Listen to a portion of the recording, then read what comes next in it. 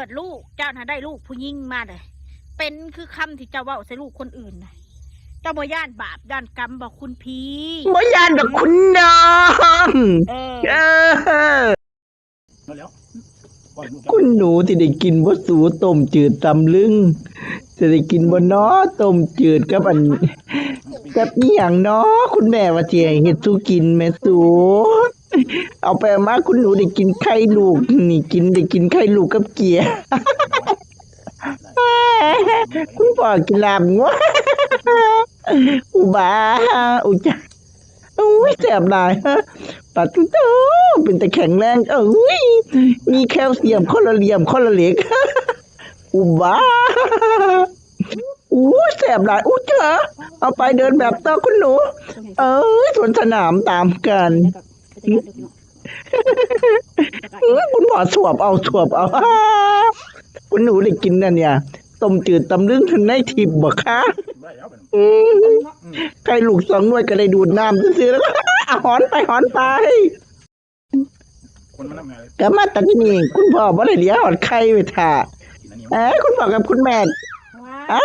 บ่ล่ะอันขึ้นตามคุณแม่เพิ่นว่าล่ะติคุณแม่เพิ่นว่าขึ้นเป็นตาได้ขายว่าตาเดี๋ยวมึงเป็นตาได้ขายเฮ็ดเลี่ยมเล่อยู่งามขาดำปื้อเป็นมันนาแล้วอีห่ามึงมันลอยอีเหลือเริงอยู่นี่เด้อต้มจืดก็บ่ได้กินน้ำขาวโอ้ยสมเพชเวทนากินเกียร์ล่ะหนูเสริมธาตุเหล็กวิตามินซีให้กูหัวสะเถาะเอาไปหอนไปลองไปหนูคุณพ่อสดถวบแสบอย่างเดียวแสบเฉยเอาไปเลยลูกเอาไปเลยคุณพ่อคุณแม่จะสวบคุณแม่เป็นทาสก็กินแต่สมพักนั่นแหละถูกต้องแล้วเอาแม่คุณหนูกวนหน้าดังคุณหนูหิวต้มจืดก็บ่ได้กินต้มจืดทิพย์ส้นน้ำท่อมให้ก็ขยังล่ะเอาอีลิงออกมาขายคัก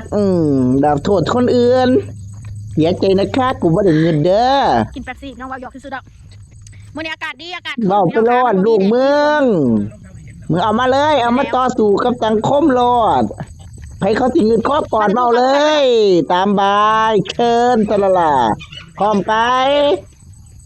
พร้อมก็เว้าเลยลูกใครลูกมันเว้าพื้นลูกบ่สนเพิ่นว่าข่อยกับผัวข่อยนี่บ่ยอมรับความจริงว่าลูกตัวเองบ่ดีบ่แม่นเด็กน้อยปกติเพิ่นว่าได้พี่น้องถ้าข่อยบ่ยอมรับความจริงอยู่ไสข่อยก็บอกอยู่ตลอดว่าฉันเด็กน้อยฉันข่อยสิเอาไปโรงเรียนพิเศษมึงบ่ต้องมาเว้าอยู่นี่ไปหนีเสะกูสิตีปากเอาลงทำมาตีปากมาไปเสะพอกูดูแล้วน่าจะมีเป็นอันนั้นแหละสูละเว้าเองหนีไปไกลๆตีนทนตีนไปมาหาเว้าหาขี้เว้าอยู่นี่เอามึงอย่าเอามันมาขายอยู่นี่เถาไปกูสิเด็ดกูสมเพชกูเวทนาไปมียิ่งน่ะจะแล้วแต่ข้อปอนลูกเมืองอย่ามาเว้าอยู่นี่กูย่านแต่มึงบ่ได้ขี้ได้ด่างได้สิพอเอานี้เตะไปบ่ให้เขาใหญ่กันหรอกไป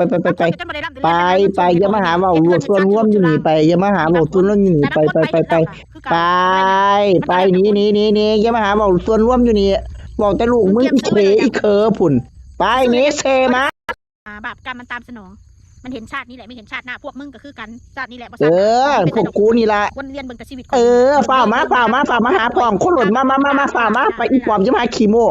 ไปเซมาหล่นมันอีกคนไม่ได้เขาตีหนุ่มปากนึงละเตะปากกระดอกนี้เซบ่ฮู้สิหาเงินหาคำใดมึงอย่าไปเว้าให้คนอื่นเขาบ่ได้ร่วมกับคนอื่นบ่ต้องเว้าบอกแต่ลูกมึงบ่ต้องมาบางคนคือเก่าเฉพาะอีลิงกับมึงเชนี้ตัวแตงน้ำท่อมลงพลังไปเหมือนแรงยังเหงาคือไก่ตายภาคไปเชนี้บ่ได้จักบาทหลักสูไปเชได้50 สลึงบ่